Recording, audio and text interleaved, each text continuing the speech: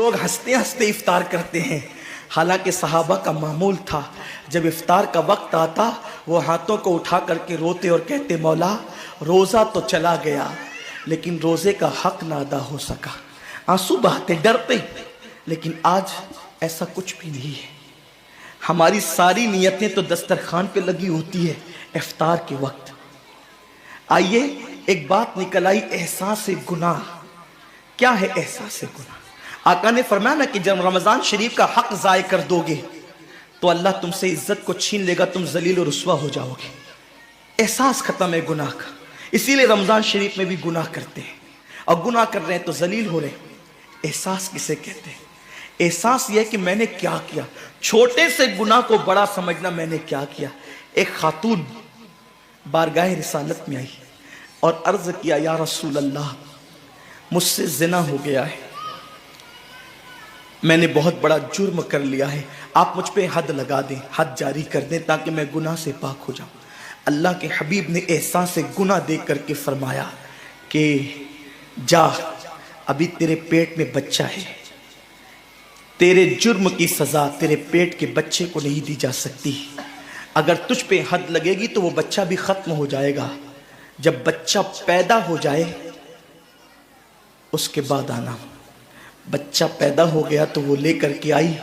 آقا فرماتے ہیں تیری جان چلی جائے گی تو اس کی پرورش کون کرے گا، اس کو دودھ کون پلائے گا؟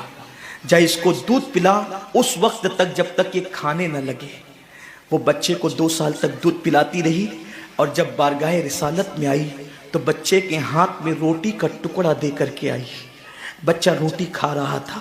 عرض کی آقا مجھ پہ حد جاری کریں تاکہ میرا گناہ جو میرے دامن پہ لگا ہے وہ دھل جائے. حضور نے 3 مرتبہ اس کو اپنے دروازے سے ٹالا. اگر کوئی دوسرا ہوتا اس کو ڈھیل دی جاتی تو وہ بھاگ جاتا، دوبارہ پلٹ کرنا آتا. لیکن احساس گناہ تھا، گناہ کا احساس تھا کہ یہاں گناہ مٹ جائے تاکہ وہاں جواب دینے سے بچ جاؤں.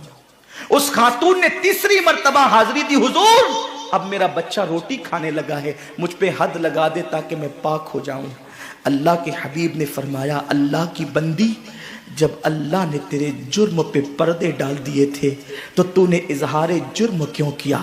اب چونکہ تو جرم کا اظہار کر چکی ہے، اقبال گناہ کر چکی ہے، اب تجھ پہ حد لگائی جائے گی. اور اس کو سنگسار کر دیا گیا.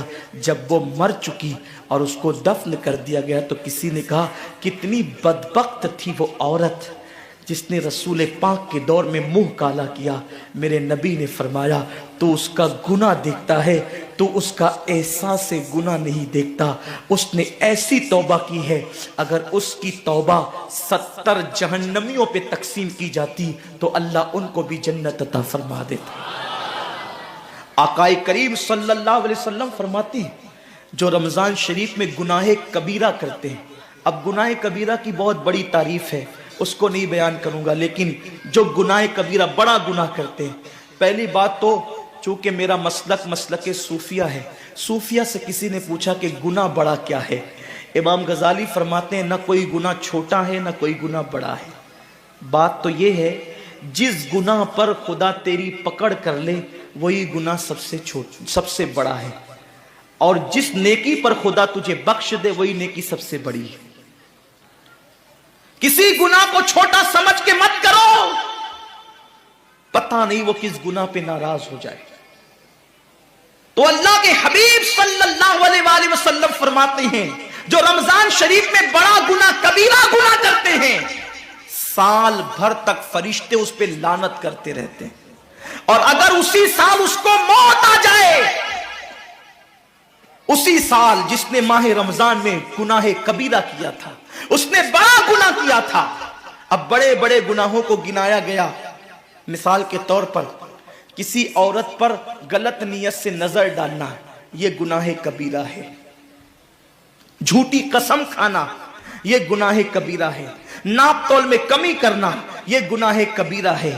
کسی کو دیکھ کر اس کا مذاق اڑا کے دل دکھانا یہ گناہ کبیرہ ہے. کسی کی امانت میں خیانت کرنا یہ گناہ کبیرہ ہے. ماں باپ کا دل دکھانا یہ گناہ کبیرہ ہے.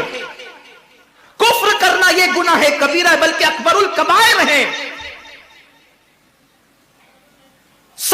کی فہرست امام سیوطی نے گنائی ہے، اور پھر 70 کی فہرست گنانے کے بعد فرماتے ہیں 70 پر یعنی 1 2 3 4 والا 70 نہیں، بلکہ اللہ کے حبیب نے یہاں جو 70 فرمایا ہے یہ 70 گنتی والا 70 نہیں ہے، بلکہ کثرت بتانے کے لیے 70 ہے۔ جیسے کہ ہم کہتے ہیں نا، میں نے تجھے 50 بار سمجھایا تو نہیں مانا، میں 100 بار تیرے گھر آیا تو نہیں ملا، تو اس کا مطلب یہ نہیں کہ 99 کے بعد ایک جو ملا کر کے آتا ہے وہ 100 نہیں، گنتی کا 100 نہیں، یہاں 100 بتانا کثرت بتانے کے لیے ہے، یہاں 50 کہنا کثرت بتانے کے لیے ہے۔ تو اللہ کے حبیب فرماتے ہیں 70 بڑے گناہ ہیں، یعنی اتنی طویل تعداد میں اتنی کثرت سے ہے بڑے گناہ کہ تم ان کو شمار نہیں کر سکتے، بس اتنا کہ جس گناہ پہ خدا ناراض ہو جائے وہ بڑا گناہ۔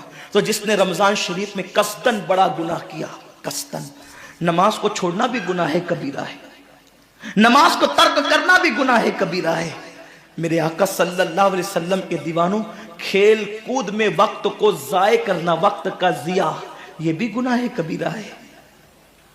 آقا فرماتے ہیں جس نے رمضان شریف میں گناہ کبیرہ کیا، اس رمضان سے لے کر آنے والے رمضان شریف تک فرشتے اس پہ لعنت کرتے ہیں۔